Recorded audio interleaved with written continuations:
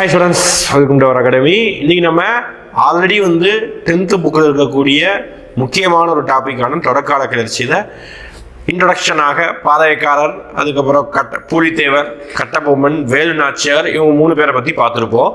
இந்த லெசனோடைய அடுத்த continue பார்ட்டோட video தான் இன்னைக்கு நம்ம பார்க்க போகிற வீடியோ. ஓகேங்களா? அப்போ நம்ம ஆல்ரெடி சொன்ன மாதிரி போன வீடியோக்கு அப்புறம் இந்த வீடியோ வரும். இந்த வீடியோலேயும் அதே மாதிரி 3 டாபிக் என்ன அப்படி பார்த்தீங்கன்னா, மருது சகோதரர்கள், தீரன் சின்னமலை, அதுக்கப்புறம் பார்த்தீங்கன்னா வேலூர் கழகம். இந்த 3 டாபிக் பார்த்துட்டு எண்டிங் செஷனில் ஒரு 5 கேள்விஸ் இருக்கும். ஓகே, 5 கேள்வி இருக்கும். அந்த 5 கேள்வி கமெண்ட் பண்ணிருக்கேன். ஓகேங்களா? ரைட். இப்போ ஆல்ரெடி படித்ததை மைண்டில் வச்சுக்கணும். வேலு நாச்சியார் எதுக்கு சண்டை போட்டாங்க, கட்டபொம்மன் எதுக்கு சண்டை போட்டாரு, பூலித்தேவர் எதுக்கு சண்டை போட்டார், அதே காரணம் தான் இங்கேயும். ஆனால் இவர்களுடைய கோரிக்கை, இவங்களுடைய விஷயங்கள் வேற மாதிரி இருக்கும். ஓகேங்களா? இப்போ மருது சகோதரர்களும் வேலு நாச்சியாரும் கிட்டத்தட்ட ஒரே மாதிரி இருக்கும். தீரன் சின்னமலையோடைய பிரச்சனை வேற மாதிரி இருக்கும். வேலூர் கழகம் வேற பிரச்சனை. 3மே வேற வேற விஷயம் இருக்கும் இந்த டாபிக்ல. ஓகேங்களா? அப்போ மருது சகோதரர்கள் இவங்க தான் கேள்விப்பட்டிருப்பீங்க. சிவகங்கை மாவட்டத்தில் ரொம்ப ஃபேமஸான, சிவகங்கை நீங்கள் எங்கே போய் கேட்டீங்கன்னாலும் மருது சகோதரர்களை கடவுளாக கும்பிடுற அளவுக்கு அவங்க ரொம்ப ஃபேமஸ் அந்த ஏரியாக்கள். ஓகே, அப்போ மருது சகோதரர்கள் அப்படி சொல்றாங்கன்னா 2 பேர். இந்த இமேஜ்லேயே நம்ம காமிச்ச பிரதர்ஸ் 2 பேர். அப்போ அவருக்கு பேர் என்ன சொல்றாங்க? பெரிய மருது என்ற வெள்ள மருது. ஓகேங்களா? சின்ன மருது அவர் தான் சிவகங்கையின் சிங்கம். புரியுதுங்களா? சிவகங்கையோடைய சிங்கம் என்று அழைக்கப்படுகிறாரு சின்ன மருது தான். பெரிய மருது, சின்ன மருதுப்பா, 2 பேரும் மருது தான். அது பெரிய மருது, சின்ன மருது சொல்றாங்க. பெரிய மருதுடைய பெயர் வெள்ள மருது அப்படின்னு சொல்லுவாங்க.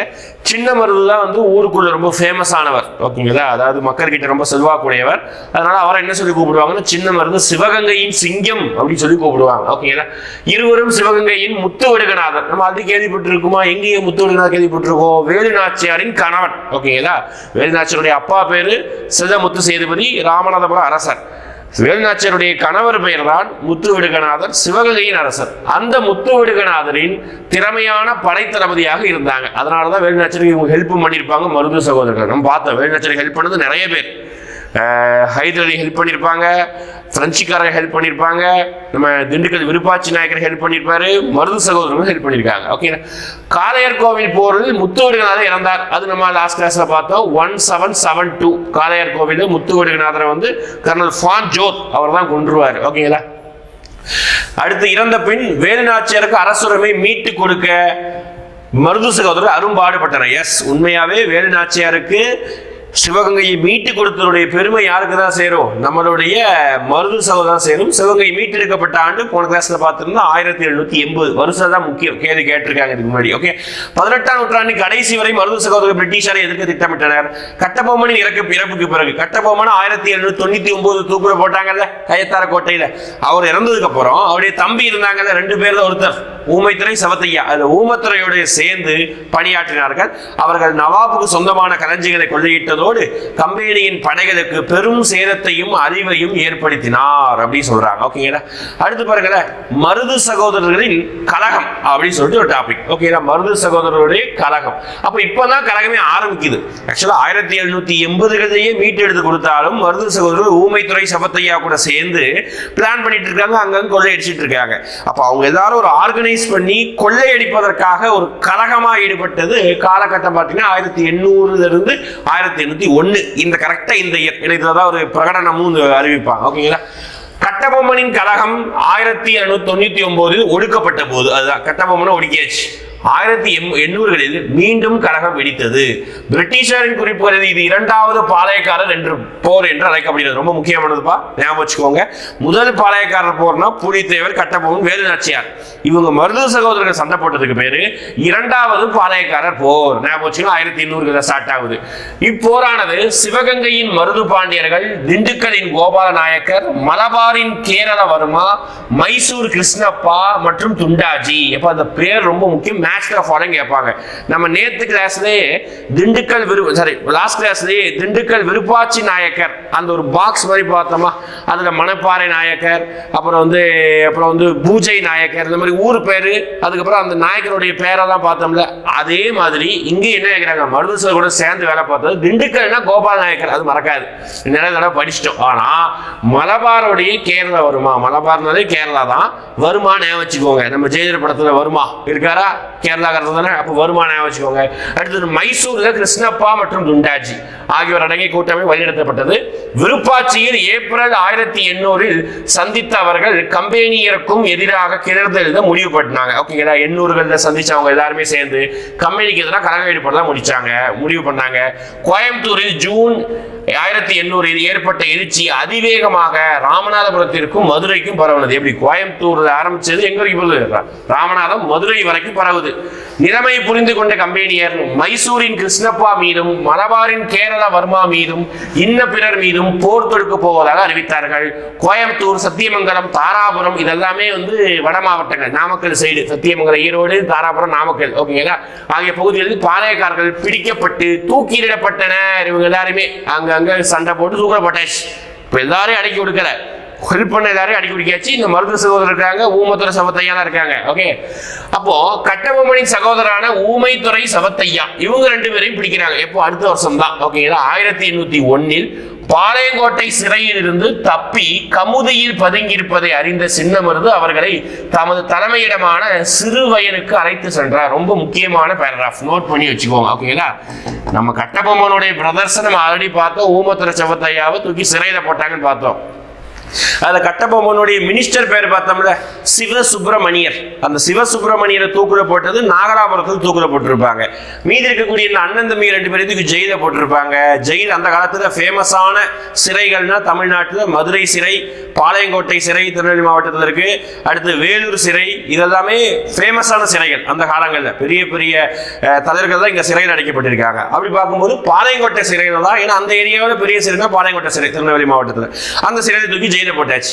ஜெயில போட்டவங்க 1801 2 பேரும் தப்பிச்சு வெளியே வராங்க. ஓகேங்களா, இப்படி பாருங்க, தப்பிச்சு வெளியே கமுதி அப்படின்ற பிளேஸ், கமுதி எங்க இருக்கு, ராமநாதபுரத்துல இருக்குது. அங்க பதுங்கி இருக்காங்க 2 பேரும், ஊமத்துறை சவுத்தையா கட்டபொம்மனுடைய சகோதரர்கள் 2 பேரும் பதுங்கி இருக்காங்க. இதை அறிஞ்சு கொண்ட நம்மளுடைய மருது சகோதரர்கள் 2 பேரும் அவங்க 2 பேரையும் மீட் பண்ணி அவங்களுடைய மருது சகோதரர்களுடைய கேபிட்டல், அவங்களுடைய ஹெட் குவார்டர்ஸ், அவங்களுடைய ஊருக்கு தலைமையகத்துக்கு, அந்த ஊருக்கு பேர் தான் சிறுவயல். இது நீங்க தமிழ்லையும் படிச்சிருப்பீங்க, முத்துராமலிங்க தேவர் பத்தி படிக்கும்போது சிறுவயல் வரும். ஓகேங்களா, சிறுவயலுக்கு இது எல்லாமே ராமநாதபுரத்துல இருக்குப்பா. ஓகே, திருநெல்வேலி, சிவகங்கை, விருதுநகர், அப்புறம் பாத்தீங்கன்னா தூத்துக்குடி, இது எல்லாமே பார்டர் டிஸ்ட்ரிக்ட்ஸ். அங்கங்க இருந்து தப்பிச்சு ஓடுறாங்க. அழைத்து சென்றார். பாஞ்சாலக்குறிச்சி கோட்டை மிக குறைந்த காலத்தில் மீண்டும் கட்டி முடிக்கப்பட்டது. கேலின் மெக்காலே தலைமையிலான பிரிட்டிஷ் படைகள் ஏப்ரலில் மீண்டும் கோட்டையை முற்றுகையிட்டதால் அவர்கள் மருது சகோதரர்களிடம் சிவகங்கையில் அடைக்கலம் கோரினார்கள். ரொம்ப முக்கியமான இந்த பாயிண்ட். ஓகேங்களா, அடுத்து பாருங்க. தப்பியோடியவர்களை, அதாவது ஊமைத்துறையும் சவத்தையாவும் ஒப்படைக்கும்படி மருது சகோதரர்கள் வலியுறுத்தப்பட்டனர். ஆனால் அவர்கள் மறுத்துவிட்டனர். டிமாண்ட் பண்றாங்க, அவங்க 2 பேரையும் எங்கிட்ட ஒப்படைச்சிருங்கன்னு சொல்லிட்டு மறுத்துட்டாங்க. இதை எடுத்து கர்னல் அக்னியூ, இந்த அக்னியூ எங்க வருவாரு, உங்களுடைய வேலூர் கழகத்திலே வருவார். ஓகே, கர்னல் அக்னியூ, கர்னல் இன்சியும் சிவகங்கை நோக்கி படையெடுத்து சென்றனர். மருது சகோதரர்கள் ஜூன் 1801 நாட்டின் விடுதலையை முன்னிறுத்து ஒரு பிரகடனத்தை வெளியிட்டனர். அதுவே திருச்சிராப்பள்ளி பேரறிக்கை. மிக மிக முக்கியமானது. நிறைய எக்ஸாம்பிள் தமிழ்நாடு கவர்மெண்ட் எக்ஸாம் நிறைய எக்ஸாம்பிள் கேட்டிருக்காங்க. ஓகேங்களா, அப்போ எப்படிதான் கேட்பாங்கன்னா, திருச்சிராப்பள்ளி பிரகடனத்தை வெளியிட்டது யாரு, மருது சகோதரர்கள். எந்த ஆண்டு வெளியிடப்பட்டது, அது எங்கெல்லாம் ஒட்டப்பட்டது, அது ஏன் வெளியிட்டாங்க, இவ்வளவுதான். ஒரு 4 பாயிண்ட் அதை சுத்தி, அதுதான் அடுத்த ஹெட்டிங்கா கொடுத்திருக்காங்க. 1801 ஜூன் மாசம் வெளியிட்டிருக்காங்க. ஓகேங்களா, இயரும் மாசமும் முக்கியம். அப்போ பேருக்கு அப்போ இந்த இயரை தான் பாருங்களேன், அடுத்தடுத்து கண்டினியூ வருது. வெளிநாச்சியார் 1880 கைப்பற்றியாச்சு. அதுக்கப்புறம் அந்த அம்மாவோடைய பத்தி நம்ம படிக்கிறதே கிடையாது, விட்டாச்சு, அவ்வளவுதான். ஓகேங்களா, அதுக்கப்புறம் நேரம் இவங்க சண்டை போடுறாங்க. 99 யாராச்சு தூக்குறப்பட்டாச்சு, நம்ம கட்டமண தூக்குறப்பட்டாச்சு. 800 தான் இவங்க கழகத்தை ஆரம்பிக்கிறாங்க. 801 பேரறிக்கை, மிட்டுனா ஜூன்ல பேரறிக்கை. ஓகேங்களா, பிரிட்டிஷ். ஓகே, பேரறிக்கை பத்தி பார்க்கலாம். பிரிட்டிஷாருக்கு எதிராக மண்டலம், ஜாதி, மத, இன வேறுபாடு கடந்து நிற்பதற்காக முதலில் விடுக்கப்பட்ட அறைகூவலே 1801 பேரறிக்கையாகும். இப்பேரறிக்கை திருச்சியில் அமையப்பெற்ற, ரொம்ப முக்கியம்பா, இது நோட் பண்ணிக்கோங்க. ஓகே, இந்த இயர் பார்த்துட்டோம். இந்த பேரறிக்கை எங்கெல்லாம் போஸ்டர் மாதிரி ஒட்டினாங்க, பெரிய போஸ்டர் அது ஒட்டுறாங்க. அதை பார்த்து நிறைய பேர் கூடுறாங்க, ஒண்ணு கூடுறாங்க. அதான் முக்கியமானது. திருச்சியில நவாப் கோட்டையின் முன்சுவர். திருச்சினாலே அங்க நவாப் கோட்டை ஒண்ணு உண்டு, ஓகே, என்றளவும் இருக்குது. ஓகே, அந்த கோட்டையுடைய முன்பக்க சுவர்ல ஒட்டுறாங்க நச்சுன்னு. அடுத்து ஸ்ரீரங்கம் கோவிலின் சுற்றுச்சுவரிலும் ஒட்டப்பட்டது. ஸ்ரீரங்கம் கோவில் எல்லாருக்கும் தெரிஞ்சதுதான், ஓகேடா. திருச்சியில பெரிய கோவில், அந்த கோவிலுடைய சுற்றுச்சுவர் காமன் சுவர் இருக்குது, அதுல ஒட்டுறாங்க. 2 இடத்துல ஒட்டிருக்காங்க. எங்க ஒட்டிருக்காங்க பாத்துக்கோங்க. ஆங்கிலேயருக்கு எதிராக செயல்பட விளைந்த தமிழக பாளையக்காரர்கள் பலரும் ஒன்று திரண்டனர். எல்லாருமே ஒன்று சேர்றாங்க. கிட்டத்தட்ட எத்தனை பேர் சேர்றாங்க பாருங்க. சின்னமருது ஏறத்தாழ 20,000 ஆட்களை ஆங்கிலேயருக்கு எதிராக திரட்டாங்க. எவ்வளவு பெரிய நம்பர் பாருங்க. 20,000 சாதாரண நம்பர் கிடையாதுப்பா. நம்ம ஆல்ரெடி பூலித்தேவர் இவங்க எல்லாம் பார்க்கும்போது நம்ம இத்தனை ஆயிரம் படைகள் பார்த்தோம், 3000 4000 அப்படிதான் பார்த்தோம். ஆனா இங்க மக்களே ஒன்று திரண்டி கிட்டத்தட்ட 20,000 ரொம்ப பெரிய நம்பர். 20,000 பேர் ஒன்று திரண்டாங்க. இவங்க எல்லாரையும் என்ன பண்ணிருக்காங்க பாருங்க. வங்காளம், சிலோனு, மலாயா ஆகிய இடங்களில் நிறுத்தி வைக்கப்பட்டிருந்த பிரிட்டிஷ் படைகள் விரைந்து வந்தனர். 20,000 பேர் பார்த்தோட பிரிட்டிஷ்க்கு வந்து கொலை நடுங்கிட்டு, என்னப்பா இவ்வளவு பேர் கூட்டிட்டாங்க அப்படின்னு சொல்லிட்டு உடனே பயந்து போய் வேற எங்கேயும் வேணாம், எல்லாரையும் கொண்டு வாங்க அப்படின்னு சொல்லிட்டு பக்கத்துல பார்த்தா சிலோன் தான் எங்க நம்ம இலங்கையில, அடுத்து பார்த்தீங்கன்னா மலேசியாவில், வங்காளம் தான் வெஸ்ட் பெங்கால். அங்கு வச்சு இந்த படைகள் எல்லாத்தையும் வேகமா வாங்கன்னு சொல்லி வர வச்சு வந்தனர். புதுக்கோட்டை, எட்டயபுரம், தஞ்சாவூர் அரசர்கள் பிரிட்டிஷுக்கு கைகோர்த்து. நான் சொல்லிட்டேன், இந்த எட்டயபுரம் எட்டப்பன் எப்ப பார்த்தாலும் பிரிட்டிஷ் சப்போர்ட் பண்ணிட்டு தான் இருப்பான். ஓகே, இதை எப்பயில இருந்து பூலித்தேவர்ல இருந்தே சப்போர்ட் தான்.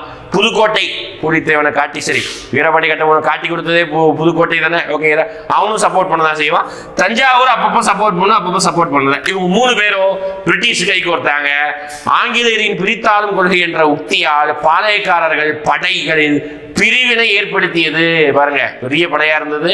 ஆங்கிலேயருக்கு பிரித்தாளும் கொள்கையை யூஸ் பண்ணதுனால ஒரு சின்ன ஒரு கேப் வந்து விழுந்தது. ஓகேங்களா, அதுதான் சிவகங்கையின் வீழ்ச்சி அப்படின்னு பாக்குறோம். ஓகே, ஆங்கிலேயர்கள் மே 1801 தஞ்சாவூரிலும் திருச்சியிலும் இருந்த கழகக்காரர்களை தாக்கினர். கழகக்காரர்கள் பிரான்மலையிலும் காளையார் கோவிலும் தஞ்சம் புகுந்தனர். அவர்கள் பிரிட்டிஷ் படைகளை மீண்டும் தோற்கடிக்கப்பட்டனர். அப்புறம் வந்து இறுதியாக வலுவான இராணுவம், சிறப்பான தலைமை கொண்ட ஆங்கில கம்பெனி விஞ்சி நின்றது. கழகம் தோற்றதால் 1801 சிவகங்கை இணைக்கப்பட்டது. முடிஞ்சு போச்சு. கழகம் பெரிய அளவுக்கு தான் வந்து கை கொடுக்கல. நம்பர் பெருசாக இருந்தாலும் ஆங்கிலேயர்களுடைய அந்த divide and rule policy, okay, பிரித்தாளும் கொள்கையை பயன்படுத்தி ஈஸியா என்ன பண்ணிடுறாங்க, அவங்க எல்லாரையும் சுக்குநூறா ஆக்கிடுறாங்க. ஓகேங்களா, அப்போ 1801 எண்டிங்ல சிவகங்கை மொத்தம் பிரிட்டிஷ் கண்ட்ரோலுக்கு வந்தது. அப்புறம் வந்து ராமநாதபுரத்தின் அருகே அமைந்த திருப்பத்தூர் கோட்டை ரொம்ப முக்கியமானது, நோட் பண்ணி வச்சுக்கோங்க. ஓகேங்களா, திருப்பத்தூர்னு வேலூர் பக்கத்துல ஒரு திருப்பத்தூர் இருக்கு, அது நினைச்சிடக்கூடாது. ராமநாதபுரம் பக்கத்துல ஒரு திருப்பத்தூர் இருக்கு, புதுக்கோட்டை ராமநாதபுரம் பக்கத்துல.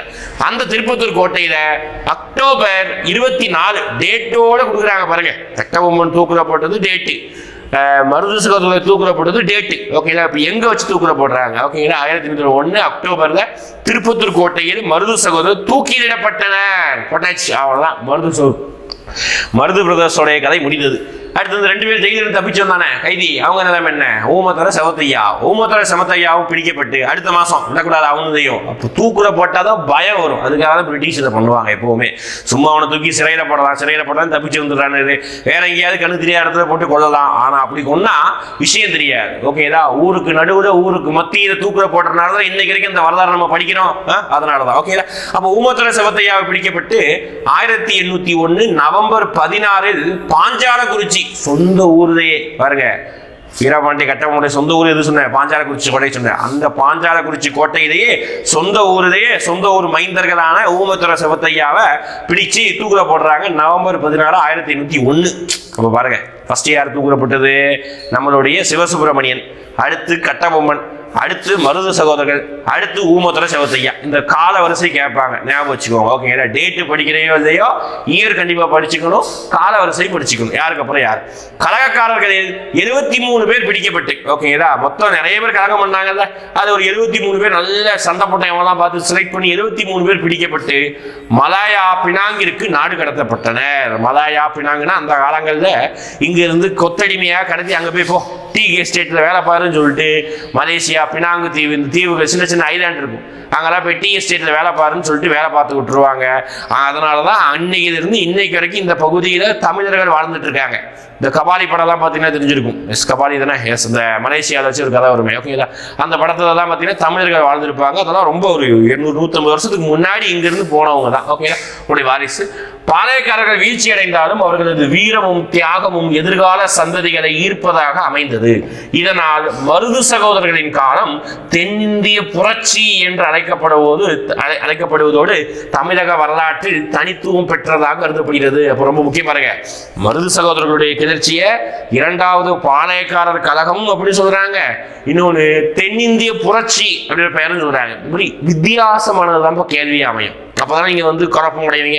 நீ டக்குனு தென்னிந்திய புரட்சி அப்படின்னோட புலித்தேவர், கட்டபொம்மன், வேலுநாச்சியார், மருது சகோதரர் கொடுத்தாலும் நமக்கு என்ன புதுசா தான் யோசிக்க தோணும், இருக்கிறத யோசிக்காம படிச்சிருப்போம், ஆனா அதை கடந்து வந்திருப்போம், ஓகேங்களா? ஈஸியா ஞாபகம் வச்சிருக்க மாட்டோம். அப்போ பாத்துக்கோங்க, இரண்டாவது பாளையக்காரர் போர், இன்னொன்னு தென்னிந்திய புரட்சி அப்படி சொல்றாங்க, ரைட்? அப்போ தோக்கடிச்சாச்சு, இந்த பகுதியை தான் கைப்பற்றியாச்சு. அப்ப அடுத்து என்ன செய்யணும்? உடன்படிக்கை போடணும். அந்த உடன்படிக்கை பேர் தான் கர்நாடக உடன்படிக்கை 1801. அப்போ 99, 800, 801 ஆண்டு பாளையக்காரர்கள் கழகம் அடக்கப்பட்டதுடன் விளைவு தமிழகத்தில் இருந்த அனைத்து உள்ளூர் குடிமை தலைமையினர் எண்ணங்களையும் நீர்த்து போக செய்தது. உள்ளூர் மக்களுடைய எண்ணங்கள் நீர்த்து போயிடுச்சு, ஓகேங்களா?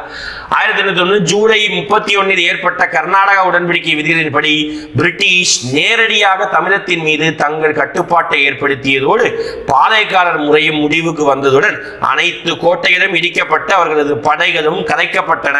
ரொம்ப முக்கியம், நிறைய கோட்டை இருந்தது, கோட்டையெல்லாம் இடிச்சிட்டாங்க, ஓகேங்களா? ஒரு சில கோட்டை இன்னைக்கு இருக்குது. இன்ன வரைக்கும் நீங்க பாஞ்சாலக்குறிச்சி தான் போனீங்கன்னா அந்த கோட்டையை பார்க்கலாம், சின்ன கோட்டை தான், ஓகேங்களா? தாராளமா சுத்தி பார்க்கலாம், டூரிஸ்ட் மாதிரி தான். கயத்தாறுல கட்டபொம்மன் தூக்குல போட்ட இடங்களுக்கு ஒரு மணிமண்டபம் கூட கட்டியிருக்காங்க தமிழக அரசு, ஓகே? இன்னும் இருக்குது, ஒரு சில இடங்கள்ல இருக்கு, ஒரு சில இடங்கள் இடிச்சிட்டாங்க, ஓகேங்களா?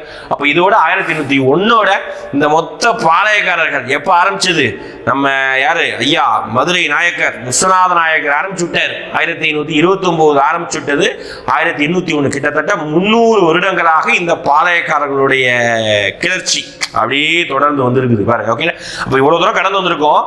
இதுல ஒரு சின்ன டீவியேஷன், அது ஒரு டீவியேஷன் சொல்ல முடியாது. தமிழ்நாட்டில் நடந்த கிளர்ச்சின்னு பார்க்கும்போது தீரன் சின்னமலையின் கிளர்ச்சி இல்லாத ஒரு பகுதி கிடையாது, ஓகேங்களா? இப்ப நம்ம பார்த்த எல்லாமே பாருங்களேன், கட்டபொம்மன், புலித்தேவர், நம்ம வேலுநாச்சியார், மருது சகோதரர், இவங்க எல்லாமே சவுத் தமிழ்நாடு தான், ஓகே? தென் மாவட்டங்கள் தான். திருநெல்வேலி, தூத்துக்குடி கூட பெருசா வரலாம் கூட வச்சுக்கோங்க. திருநெல்வேலி, சிவகங்கை, ராமநாதபுரம், அவ்வளவுதான். இந்த இதுக்குள்ளேயே முடிஞ்சு போச்சு, 3-4 மாவட்டத்திலேயே முடிஞ்சு போச்சு. இப்ப இந்த மேல வந்துடுறாங்க. திருச்சியில நடந்தது, திருச்சிராப்பள்ளி பிரகடனமே திருச்சி தானே, ஓகேங்களா? அப்ப திருச்சியிலே நடந்தது, அது மறுக்கல. திருச்சிக்கு மேல நம்ம எங்கேயுமே படிக்கல. அப்ப திருச்சிக்கு மேல இந்த கொங்கு பெல்ட் அப்படின்னு சொல்லுவாங்க, இன்னைக்கு வரைக்குமே இருக்குது. கொங்கு பெல்ட் அப்படின்னு சொல்லுவாங்க. அப்படின்னா கொங்கு மக்கள் வாழக்கூடிய பகுதியான சேலம், ஈரோடு, நாமக்கல், இந்த பகுதியில ஒரு ஒரு என்ன சொல்றது, ஒரு சிற்றரசர் சொல்லலாம், அந்த லோக்கல் ஏரியாவில் இருக்கக்கூடிய ஒரு ஜமீன்தாரி மாதிரியான ஒரு அமைப்பு, ஓகேங்களா? அவர் என்ன பண்ணியிருக்காரு, அவர் ஏற்றிலிருந்து எழுதாரு, அவரை பார்க்கலாம். எப்படி மருது சகோதரர்கள் சிலை இருக்கோ அதே மாதிரி தீரன் சின்னமலைக்கும் சிலைகள் இருக்குது. ஒவ்வொரு பிறந்தநாள் நினைவு நாளுக்கு எல்லா தலைவர்களும் அங்கேயும் போயிட்டு மாலை போடுவாங்க, ஓகே? இதெல்லாமே ஒரு ஓட் பேங்க் மாதிரி அவங்களுக்கு, ஓகேங்களா? நம்ம வேலுநாச்சியாருக்கு எல்லாருக்குமே போவாங்கப்பா, ஓகேங்களா? அப்ப தீரன் சின்னமலை, ஓகேங்களா? பாருங்க, கவுண்டிங் பாருங்க, 1756 இருந்து 1805 வரைக்கும் தீரன் சின்னமலை இருக்காரு. ரொம்ப திறமையானவர் தான், இவருடைய திறமையும் குறைத்து மதிப்பிட முடியாது, ஓகேங்களா? பாருங்க, தீர்த்தகிரி அவருடைய இயற்பெயர். தீர்த்தகிரி என்று அழைக்கப்பட்ட தீரன் 1756 பிறந்தார். இவர் சிலம்பு, வில்வித்தை, குதிரை ஏற்றம் மட்டுமில்லாமல் நவீன போர் முறைகளையும் கற்றுத் தேர்ந்தார். ஏன் அப்படின்னா இவர் வந்து இந்த நம்ம ஹைதர் அலி, திப்பு சுல்தான், இவர் 2 பேரும் கூட இருந்திருப்பார். அதனால இவருக்கு நிறைய திறமை இருந்திருக்கும், ஓகே? கொங்கு பகுதியில் குடும்ப மற்றும் நில பிரச்சனைகளுக்கு தீர்வு வழங்குதல் போன்ற செயல்களில் ஈடுபட்டு வந்தார். பாருங்க, ஓகே? இவர் சிற்றரசர் கூட சொல்லாம என்ன சொல்றாங்க, கொங்கு பகுதியில் இந்த நான் சொன்ன நாமக்கல், ஈரோடு, சேலம், இந்த பகுதியில குடும்பம் மற்றும் நில பிரச்சனை இருக்கும்ல, அதுக்கெல்லாம் பஞ்சாயத்து பண்ற ஆளா இருந்திருக்காரு. அப்பகுதி மைசூர் சுல்தானின் கட்டுப்பாட்டில் இருந்தது. திப்புவின் திவான் முகமது அலி, ஞாபகம் வச்சுக்கோங்க, திப்பு சுல்தான் இருக்காருல்ல, அவருடைய திவான் முகமது அலி வரி வசூலிக்கப்பா முகமது அலி என்பவரால் வரி வசூலிக்கப்பட்டது. எந்த ஏரியாவில்? இந்த ஏரியாவில். ஒரு முறை திவான் வசூலிக்கப்பட்ட வரி பணத்தோடு மைசூருக்கு திரும்பி கொண்டிருந்த போது தீர்த்தகிரி அவரை வழிமறித்து வரி பணம் முழுவதையும் பறித்துக் கொண்டார். எப்படி பாருங்க, இவங்ககிட்ட தான் ட்ரைனிங் எடுத்தார் தீர்த்தகிரி. அவர் என்ன பண்றாருன்னா, நம்ம திப்பு சுல்தானுடைய அசிஸ்டன்ட் முகமது அலி என்ன பண்றாரு, அவங்க கட்டுப்பாட்டில் தான் இந்த ஏரியா இருக்குது. அந்த ஏரியா ஃபுல்லாத்தையும் இவர் என்ன பண்றாரு, வரி வசூல் பண்றார். வரியை வசூல் பண்ணி ரிட்டர்ன் அவங்க ஊர் மைசூருக்கு போற வழியில தீர்த்தகிரி வழிமறி அனுமதிச்சு பணத்தை பிடுங்குறாரு. பணத்தை பிடுங்கணும்னு ஒரு வசனம் சொல்றாரு. ஓகேங்களா? பணத்தை பிடுங்கியது யார் என்று கேட்டால் ஒரு வசனம் சொல்றாரு. இந்த மலைக்கும் நடுவில் இருக்கக்கூடிய சின்ன மலை தான் பிடுங்கணும் அப்படின்னு சொல்லிட்டு ஒரு வசனம் சொல்றாரு. அது ரொம்ப முக்கியப்பா. ஓகே, பார்க்கலாம் பாருங்க. அவரை வழிமறித்து வரி பணம் முழுவதையும் பறித்துக் கொண்டார். அவர் முகமது அலியிடம் சொன்னதை பாருங்களேன். சிவமலைக்கும் சென்னிமலைக்கும் இடையே இருந்த சின்ன மலையே வரி பணத்தை பிடுங்கிக் கொண்டதாக சுல்தானுக்கு போய் சொல் என்று அறிவுறுத்தினார். சிவமலை, சென்னிமலை, ஓகே, ஈரோடு சென்னிமலை, ஓகேதா, இரண்டு மலைக்கும் நடுவில் இருக்கக்கூடிய சின்ன மலையே உன் வரியை எடுத்துக்கொண்டான் அப்படின்னு சொல்றாங்க. இப்ப சின்ன மலைங்கிற சொன்னதுனாலதான் இன்னைக்கு வரைக்கும் அவருடைய பெயர் தீரன் சின்னமலை என்று அழைக்கப்படுகிறது. ஓகேவா? அடுத்து பாருங்க. அதன் பிறகு தீரன் சின்னமலை என்று அவர் அழைக்கப்பட்டார். அவமதிப்புகளுக்கு உள்ளான திவான் சின்னமலையை தாக்க படை அனுப்பினார். இரு படைகளையும் நொய்யல் ஆற்றங்கரையில் மோதி கொண்டனர். நொய்யலாறு, ஓகேங்களா, நம்ம வட மாவட்டங்களில் ஓடக்கூடிய நொய்யலாறு, அதில் சின்னமலையை வெற்றி பெற்றார். ஓகேங்களா? திறமை இருக்கு. அதான் நம்ம ஆகும்னு சொன்னாலும் அவர்கிட்ட உண்மையாவே திறமை இருக்கு. திப்பு இறந்த பிறகு ஒரு கோட்டையை எழுப்பி தீரன் சின்னமலை அவ்விடத்தை விட்டு வெளியேறாமல் ஆங்கிலேயரை எதிர்த்து போராடினார். ரொம்ப முக்கியம். ஒரு காலங்களில் நமக்கு தெரியும், நம்ம இந்த மைசூர் போரெல்லாம் படிச்சிருப்பீங்க மாடர்ன் ஹிஸ்டரியில. அந்த மைசூர் போர்ல திப்பு சுல்தான் இறந்து போயிடுவார். 4வது மைசூர் போர்ல. அப்படி இறந்து போடும்போது பாத்தீங்கன்னா அவர் இறந்ததுக்கு அப்புறம் இந்த பெல்ட், கொங்கு பெல்ட்ல ஒரு கோட்டையை கட்டி அந்த கோட்டைக்குள்ளேயே இருந்து நிர்வாகம் பண்ணிட்டு இருக்கார் நம்மளுடைய தீரன் சின்னமலை. அவ்விடம் ஓடாநிலை என்று அழைக்கப்படுகிறது. அந்த இடத்துக்கு பேர் தான் ஓடாநிலை. அவர் பிடிபடாமல் இருப்பதற்காக கொரில்லா போர் முறையை கையாண்டார். ரொம்ப முக்கியம். இந்த வார்த்தையை நம்ம எங்க படிச்சிருப்போம்? மராத்தியர்கள் சிவாஜி கையாண்ட முறைதான் கொரில்லா போர் முறை படிச்சிருப்போம். அதே வகையான கொரில்லா போர் முறை தமிழகத்துல இந்த 2 இடத்துல அந்த வார்த்தையை கேள்விப்படுவோம், வேற எங்கேயும் கேள்விப்பட மாட்டோம். ஓகேங்களா? தமிழகத்துல நம்ம தீரன் சின்னமலை பண்றாரு. இறுதியாக அவரையும் அவர் சகோதரர்களையும் கைது செய்து ஆங்கிலேயர்கள் அவர்கள் சங்ககிரியில் சிறை வைத்தனர். ஆங்கிலேய ஆட்சி ஏற்க வற்புறுத்தப்பட்ட போது அவர்கள் அதற்கு இணங்க மறுத்தனர். அதனால் 1805 ஜூலை 31ஆம் ஆண்டு சங்ககிரி கோட்டையில் உச்சியில் அவர் தூக்கிலிடப்பட்டார். பாருங்க, இவரும் தூக்கிலிடப்பட்டார். ஓகேங்களா? அப்ப எல்லாரையும் தூக்கில போடுறாங்க. அது காரணம் என்னங்கிறது சொல்லிட்டேன். ஓகேங்களா? பயம் வரணுங்கிறதுக்காக. ஓகேங்களா? அப்ப இவர் தூக்கிலிடப்பட்டது சங்ககிரி கோட்டை. மருது சகோதரர் தூக்கிலிடப்பட்டது திருப்பத்தூர் கோட்டை. ஓகே, சங்ககிரி, ஓகே, சேலம்ல இருக்குது. 1801 ஜூலை 31ஆம் தேதி. ஓகேங்களா? ரைட், முடிஞ்சது. அப்ப தீரன் சின்னமலைனா ரொம்ப முக்கியமானது. இதுல ஒரு போர் ஒன்று அது 8th புக்ல தான் இருக்கும். ஓகேங்களா? ஓடாநிலை போர் அப்படின்னு சொல்லிட்டு ஒரு 3 போர் வரிசை வரும். 1801, 2, 3, 4 வரும். ஓகேங்களா? வரிசையாக அந்த 3 போர்கள் உண்டு. அந்த 3 போர்ல கடைசியா தொகுத்ததுனால இவரை கைது பண்ணிடுவாங்க. கைது பண்ணி 805 தான் என்ன செய்வாரு? தூக்குல போட்டுருவாங்க தீரன் சின்னமலை. ஓகே, முடிஞ்சதா? அப்போ மருது சகோதரரை பார்த்து முடிச்சிட்டோம், தீரன் சின்னமலையை பார்த்து முடிச்சிட்டோம். அடுத்து வேலூர் கழகத்தை பார்க்க போறோம். ஓகேங்களா? அதுதான் வேலூர் புரட்சி. எப்படி 1857 புரட்சி ரொம்ப முக்கியமோ, அது நடக்கிறதுக்கு 50 வருஷத்துக்கு முன்னாடியே அதோடைய மினி கேரக்டராக சின்ன ஒரு ஃபார்மேஷன்ல அங்க என்ன பிரச்சனையோ அதே பிரச்சனை தான் இங்க. அங்க எப்படி சண்டை நடந்ததோ அதே மாதிரிதான் இங்கேயும் சண்டை நடக்குது. ஆனா அது ரொம்ப பிரபலமாக பேசப்பட்டது. இது ரொம்ப பிரபலமாக பேசப்படவில்லை. தமிழ்நாட்டில் மட்டும் தான் பேசப்படுகிறது. ஓகே, ஆனாலும் வரலாற்று ரொம்ப முக்கியம். ஓகேதா? இதுதான் பாத்தீங்கன்னா அதுக்கே முன்னோடி தான் சொல்லுவாங்க. 1806 வேலூர் புரட்சி. பார்க்கலாமா? ரைட். அப்ப வேலூர் மாவட்டமும் வட தமிழகத்தில் இருக்கக்கூடிய ஒரு மாவட்டம் தான். ஓகேங்களா? ரைட். அப்படி பார்க்கும்போது தென் தமிழகத்தின் பாளையக்காரர் அனைவரையும் ஒடுக்குவதற்கு முன்பாகவே ஆங்கிலேய கிழக்கிந்திய கம்பெனி 1792 திப்புவோடு ஏற்பட்ட போர் முடிவில் சேலம், திண்டுக்கல், வருவாய் மாவட்டங்களை பெற்றுக்கொண்டது. 1799 நடந்த ஆங்கிலேய மைசூர் போர் முடிவில் கோயம்புத்தூர் இணைக்கப்பட்டது. 1898 தஞ்சாவூர் அரசர பகுதியின் இறையாண்மை உரிமையை ஆங்கிலேயர்களுக்கு விட்டுக் கொடுத்தது. அதே ஆண்டு கப்பம் கட்டும் நிலைக்கும் தள்ளப்பட்டார்.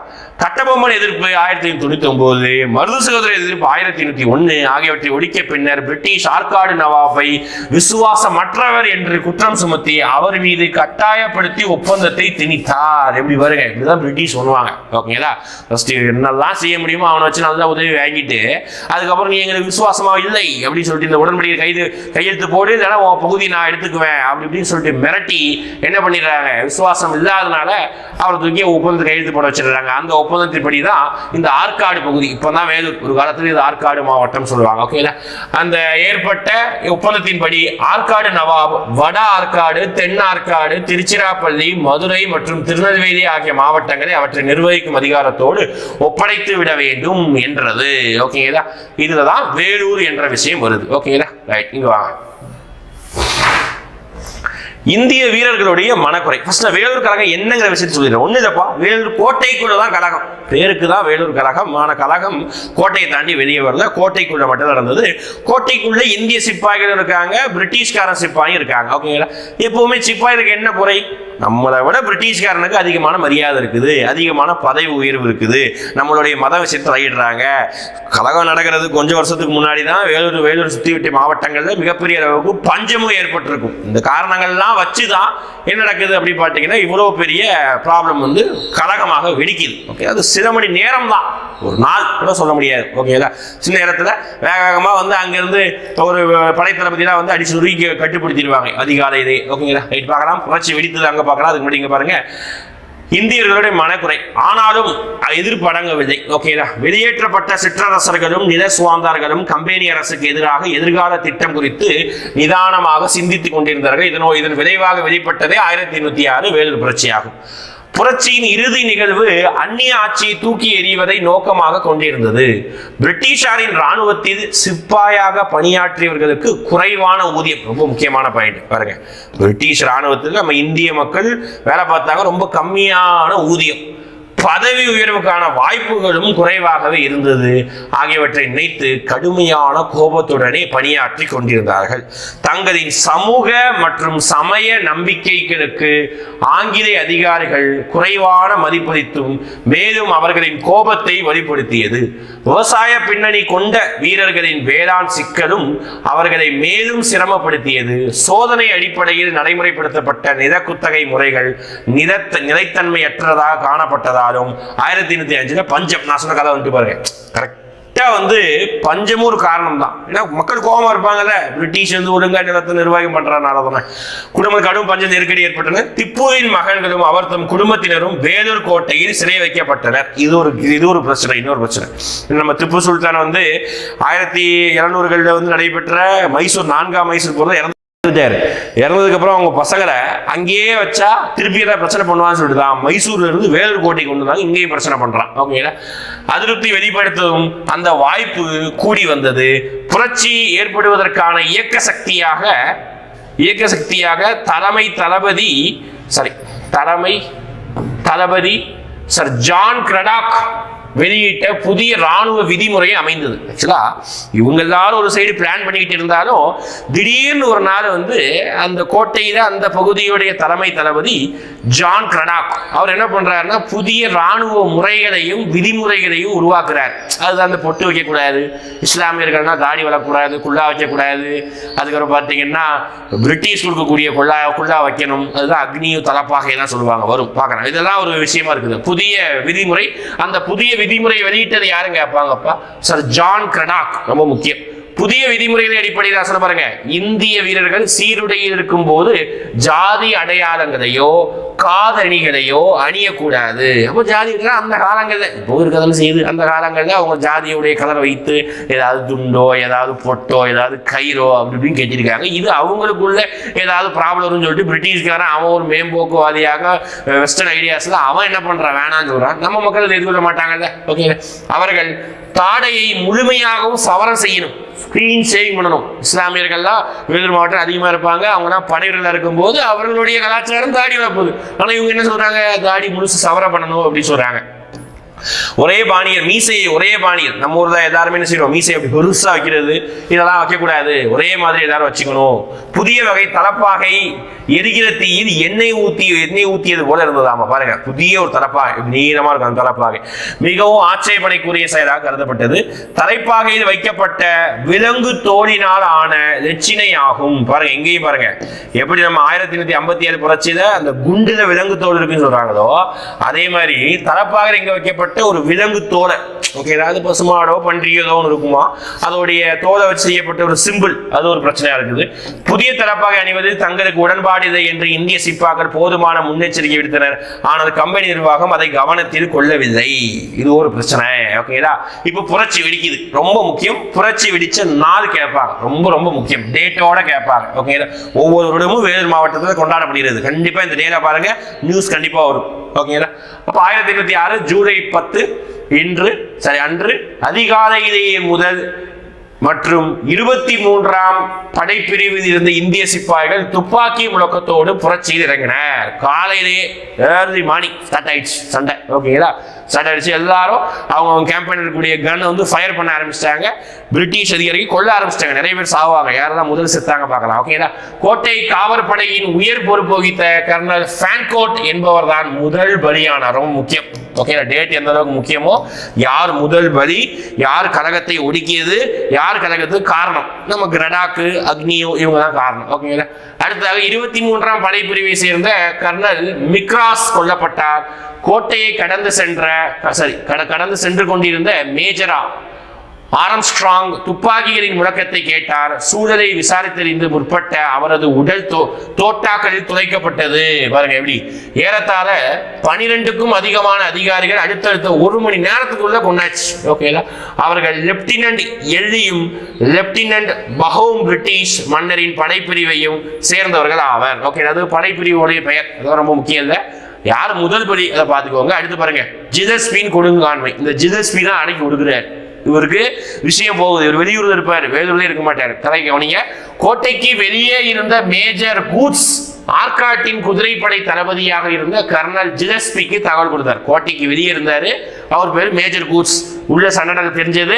உடனே நம்மளால அடக்க முடியாதுன்னு சொல்லிட்டு திறமையான அதிகாரியான ஆர்கார்டு இருக்கார் மேஜர் கூட்ஸ். சரி, தகவல் கொடுத்தது மேஜர் கூட்ஸ். ஆர்கார்டு இருக்கவர் தான் ஜிலஸ்பி. ஓகேங்களா, ஆர்காடின் குதிரைப்படை தளபதியாக கர்னல் ஜிலஸ்பிக்கு தகவல் கொடுத்தார். கேப்டன் யங் தலைமையிலான குதிரைப்படை பிரிவு காலை 9 மணி அளவுல கர்னல் ஜிலஸ்பி கோட்டையை வந்தடைந்தார். இதற்கிடையே புரட்சிக்காரர்கள் திப்புவின் மூத்த மகனான, ரொம்ப முக்கியமா இருக்கு, திப்புவின் மூத்த மகனான ஃபத்தே ஹைதரை புதிய மன்னராக பிரகடனம் செய்து அவங்க பிரிட்டிஷ் கொடி இறக்கிட்டு திப்பு சுல்தான கொடி ஏற்றுவாங்க. அப்போ பேர் முக்கியம். திப்புவோடைய மகன் பேர் என்ன? ஃபத்தே ஹைதர், மூத்த பையன் ஃபத்தே ஹைதர். போர் விதிமுறைகளை எதையும் பொருட்படுத்தாத ஜிலஸ்பி வீரர்கள் புரட்சியை வன்மையாக ஒடுக்கினாங்க. ஆக்ரோஷமா போட்டு சுட்டு கொண்டு குதிரை மேல ஏறி எல்லாரும் வெட்டி சாத்தி கொண்டாங்க. நேரில் கண்ட ஒருவரின் வாக்குமூலத்தின் அடிப்படையில் கோட்டையில் மட்டும் 800 வீரர்கள், யோசிச்சு பாருங்க, பிரிட்டிஷ்காரங்க சாக செத்தது கிட்டத்தட்ட 20-30 பேர், 12 என்னமோ தான் போட்டிருந்தது. ஆனா நம்ம இந்திய வீரர்கள் செத்தது பாருங்க, ஒருத்தர் கோட்டைக்குள்ள இருந்து. ஏன்னா கோட்டைன்னா அந்த காலத்துல இப்ப இருக்கிற மாதிரி கோட்டை இருக்காது. அந்த காலத்துல அதுதான் வழித்தடம். ஒரு இடத்துல இருந்து இன்னொரு இடத்துக்கு போவதற்கான வழித்தடமே அதுதான். ஓகேங்களா, அப்போ கோட்டையில் மட்டும் 800 வீரர்கள் பிணமாக கிடந்ததாக பதிவு செய்து. 800னா எவ்வளவு பெரிய நம்பர்ப்பா, யோசிச்சு பாருங்க. அந்த காலகட்டத்தில் நம்ம ஜாலியன் வாலாபாக் படுகொலை 1000, 1500, 2000 கவுண்டிங் பார்க்கிறோம். அதுவே அப்போ வியக்கிறோம். இது 100 வருஷத்துக்கு முன்னாடி 800, அதுவும் படை வீரர்கள், அங்க பொதுமக்கள்.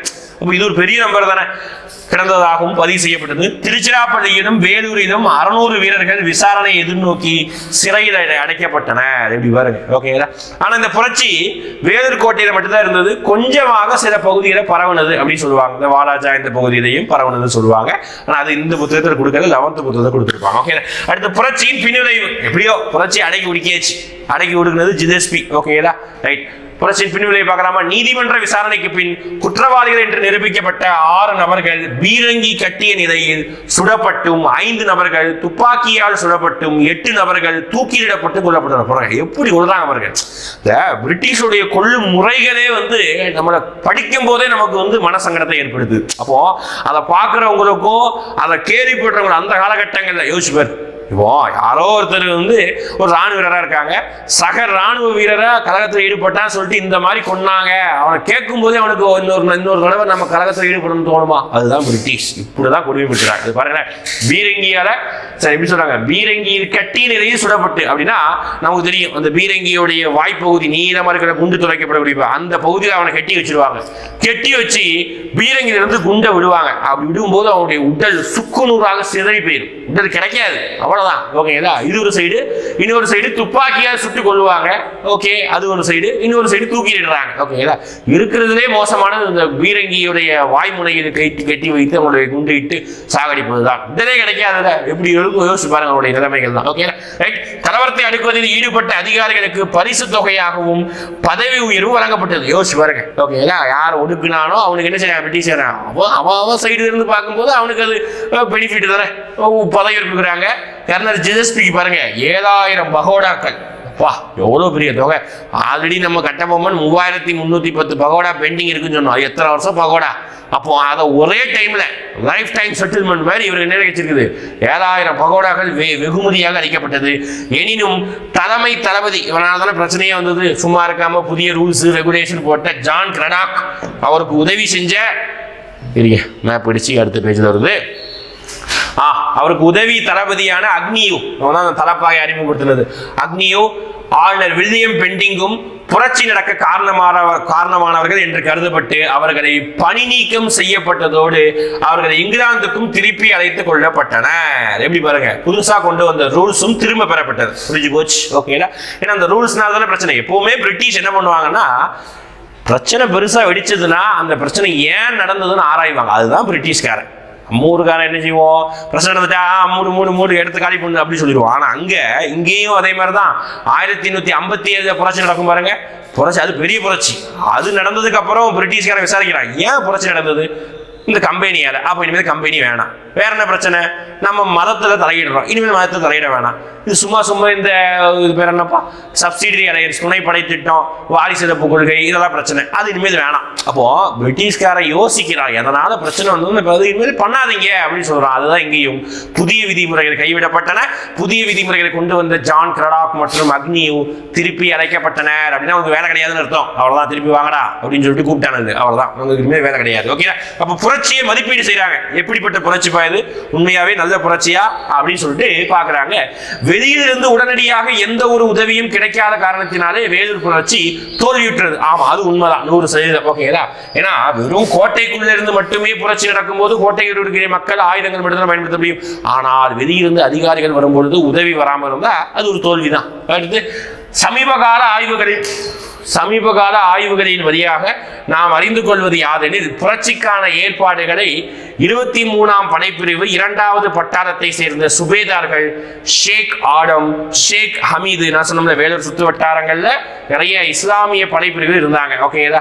அடுத்து ஷேக் ஹமீது மற்றும் ஜமேதாரான ஷேக் ஹசைனும் 1ஆம் படைப்பிரிவின் 1ஆம் பட்டாளத்தை சேர்ந்த 2 சுபேதார்கள் ஜமேதார் ஷேக் காசிம் சிறப்பாக செய்திருந்ததாக தெரிகிறது. நிறைய விசாரிச்சதுல. ஓகேங்களா? 1857ஆம் ஆண்டு பெரும் கழகத்திற்கான அனைத்து முன் அறிகுறிகளையும் எச்சரிக்கைகளையும் வேலூர் புரட்சி கொண்டிருந்தது. எப்படி பாருங்க, இந்த கழகம் ஏற்படுவதற்கு முன்னாடி இது அப்படியே இருந்ததாமா. ஒரே வித்தியாசம் என்னவென்றால், கழகத்தை தொடர்ந்து எந்த உள்நாட்டு கிளர்ச்சியும் ஏற்படவில்லை. அது ஒரு விஷயம். 1806ஆம் ஆண்டு புரட்சியின் போது வேலூர் கோட்டையுடன் முடிந்துவிடல. சொல்ல பாருங்க, பெல்லாரி, வாலாஜாபாத், ஹைதராபாத், பெங்களூரு, நந்தி துர்கம், சங்கிரி துர்கம், இங்க எல்லா இடத்துலையும் பரவியது. ஓகேங்களா? ஏன்னா அன்னைக்கே கிடையாது, இந்த விஷயம் கேள்விப்பட்டனால அங்கேயும் இதே மாதிரி சண்டை நடக்குது. வாலாஜானா அதே ஆற்காடு பகுதியில், பெல்லாரினா கர்நாடகா, பெங்களூர் கர்நாடகா, ஹைதராபாத் அந்த சைடு ஆந்திரால, நந்தி துர்கம், சங்கிரி துர்கத்திலையும் இதே மாதிரி பிரச்சனை நடந்தது. இது ஒரு எஃபெக்ட். அதனால வேலூர் கழகமும் இந்தியாவுடைய, நான் தமிழ்நாட்டுடைய விடுதலை போராட்டம் சொல்றேன், இந்தியாவுடைய விடுதலை போராட்டத்திலே ஒரு முக்கிய பங்கு தான். ஓகேங்களா? அதை நம்ம மறுக்க முடியாது. ஏன்னா இது ஒரு முன் உதாரணம் தானே. இவங்க இப்படிதான் சண்டை போட்டிருக்காங்களா அப்படி யோசிக்கிற அளவுக்கு சண்டை போட்டிருக்காங்களே. ரைட்? எனிவே, அப்ப இன்னைக்கு இந்த வீடியோக்கள்ல மருது சகோதரர்கள், அப்புறம் தீரன் சின்னமலை, வேலூர் கழகம் பார்த்துருக்கோம். மூணுமே முக்கியமானது தான். ஓகேங்களா? இதே லெசன்ல உங்களுக்கு புக் பேக் கொஸ்டின் இருக்கும். ஓகேங்களா? ஜஸ்ட் நீங்க புக்கை படிக்கிறதோட மட்டும் இல்லாம படிக்கும்போது புக் பேக் கொஸ்டினையும் படிங்க, புக்கையும் படிங்க, ப்ரீவியஸ் இயர் கொஸ்டின் பாருங்க அந்தந்த எக்ஸாம்ல. ஓகேங்களா? உங்க எக்ஸாம் மட்டும் இல்ல, உங்க போர்டு நடத்தக்கூடிய வேற எக்ஸாம் கூட நீங்க பார்க்கலாம். ஏன்னா அதே மென்டாலிட்டியில தான் உங்க எக்ஸாமுக்கு நடக்கும். ஓகே, அப்போ இந்த ப்ரீவியஸ் இயர் கொஸ்டினையும் நீங்க என்ன பண்ண, சரி புக் பேக் கொஸ்டின் நீங்க பிராக்டிஸ் பண்ணணும். ஓகேங்களா? உதாரணத்துக்கு பாருங்க, என்ன புக் பேக் கொஸ்டின் சொல்லலாம் பாருங்க. நான் சொன்ன டேட், நான் சொன்ன முக்கியம் சொன்னது எல்லாமே இங்க கொஸ்டினா இருக்கும், புக் பேக்ல இருக்கும். வேலூர் புரட்சி எப்போது வெடித்தது, நான் சொன்ன டேட் சொன்ன 1806 ஜூலை 10. சொன்னா கன்ஃபியூஸ் ஆகும் பார்க்கும்போது, இங்கே ஜூலை 10 டக்குன்னு டிக் பண்ணிட்டு கூடாது, இங்கே பார்க்கணும். ஓகேவா? அடுத்து பாருங்க, வேற என்ன சொல்லலாம். அப்படி பாருங்க, வேலூர் புரட்சியை பார்த்தாச்சு. சுப்பிரமணியனார் தூக்கில் போட்டது, நான் சொன்னல தூக்கில போடுறது கேட்பாங்க சொன்னா சுப்பிரமணியனார் யாரு, உடனே பேர் பார்த்தோன்னு ஞாபகம் வரணும். ஓகேங்களா? யாரு, நம்ம வீரபாண்டி கட்டபொம்மனுடைய அமைச்சர். ஓகேங்களா? அவர் நாகலாபுரத்துல தூக்கி, கயத்தாறு கட்டபொம்மன், பாஞ்சாலக்குறிச்சியில நம்ம கட்டபொம்மனுடைய பிரதர்ஸ், அவங்க தூக்கில போடுவாங்க. ஓகேங்களா? ரைட்? இதே மாதிரி கூற்று காரணம் கொஸ்டின் இருக்குது. கூற்று காரணம் கொஸ்டின் என்ன பண்ணுங்க, பிராக்டிஸ் பண்ணணும். ஓகேங்களா? ரைட்? அப்ப இந்த வீடியோ இதோட முடிந்தது. இந்த வீடியோ எப்படி இருக்கு, உங்களுடைய ஃபீட்பேக்கும் நீங்க என்ன பண்ணுங்க அப்படின்னா கமெண்ட் செக்ஷன்ல மென்ஷன் பண்ணுங்க, எங்களுக்கு உதவியா இருக்கும். கடைசி 25 கேள்வி நம்ம முடிச்சுக்கலாம். முதல் கேள்வி, மருது சகோதரர்கள் எந்த ஆண்டு எந்த டேட்டில் எங்கு தூக்கிலிடப்பட்டார், ஒரு கேள்வி. அடுத்து, மருது சகோதரர்களுடைய தலைமையிடம் எது, ரெண்டாவது கொஸ்டின் முடிஞ்சது. மூணாவது கொஸ்டின் தீரன் சின்னமலை. ஓகேங்களா, அவரு எந்த பகுதியில் ஒரு கோட்டை கட்டினாரு, அந்த பகுதி வந்து ஒரு கொட்டேஷன் போட்டு காமிச்சிருந்தேன், அந்த பகுதி என்ன அப்படின்றத கமெண்ட் பண்ணுங்க. அடுத்து நான்காவது கொஸ்டின் வேலூர் கழகம். ஓகேங்களா, வேலூர் கழகத்துல அந்த கழகத்துக்கு தலைமை தாங்கி ஒருத்தருடைய கொடி ஏற்றிருப்பாங்க, அந்த தலைமை தாங்கினவர் யாரு? ஓகே, அவர் கமெண்ட் பண்ணுங்க. அஞ்சாவது கொஸ்டின் வந்து நம்ம வேலூர் கழகத்தோடைய டேட் என்னங்கிறத கமெண்ட்ஸ் மென்ஷன் பண்ணுங்க. இதே மாதிரி கொண்டு போகலாமா அல்லது கிளாஸஸை ஜஸ்ட் நம்ம போர்டில் எழுதி போட்டு கொண்டு போகலாமா விஷயத்தை நம்ம அடுத்தது. தேங்க்யூ. அடுத்த